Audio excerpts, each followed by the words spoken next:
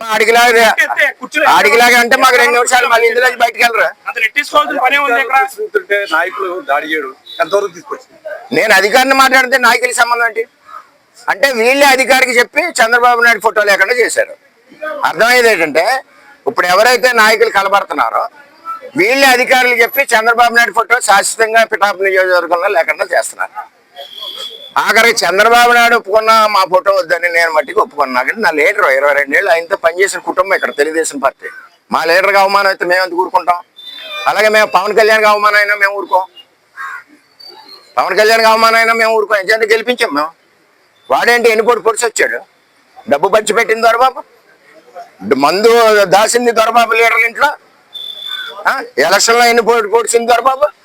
ఇవాళ మట్టి చెరువులు తవ్వుకోవడానికి అప్పుడే 2 చెరువులు రాపత్రలో పెట్టాడు. మొత్తం టీం అంతా వచ్చింది. ఆడి మీద స్కామ్లు 150 కోట్ల స్కామ్లు ఉన్నాయి. ఎందుకు వచ్చే పార్టీలోకి? జనసేనలో ఉండి తొడగొట్టలేకపోయా పౌరుషం ఉన్నవాడైతే. మేమన్నా పార్టీలు మారావా? పార్టీ ఎలా చెప్తే అలా వెళ్తాం మేము. నువ్వు వచ్చి ఏం చేసావు? పాత జనసేన వాళ్ళు ఎవరిని రానికుండా మీరు కాసేశారు. అందరూ గోలాడుతున్నారు, అన్నగారు మా పరిస్థితి ఇలా ఉన్నారు. మీరు కొత్త టీం అంతా వచ్చేసి మీద పడిపోతున్నారు.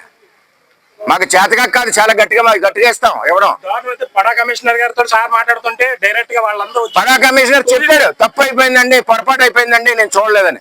గొడవ అక్కడితో అయిపోను. మీద వెళ్ళిపోతుంటే ప్రోటోకాల్ లేకపోతే పడా కమిషనర్ తప్పింది చెప్తాడు.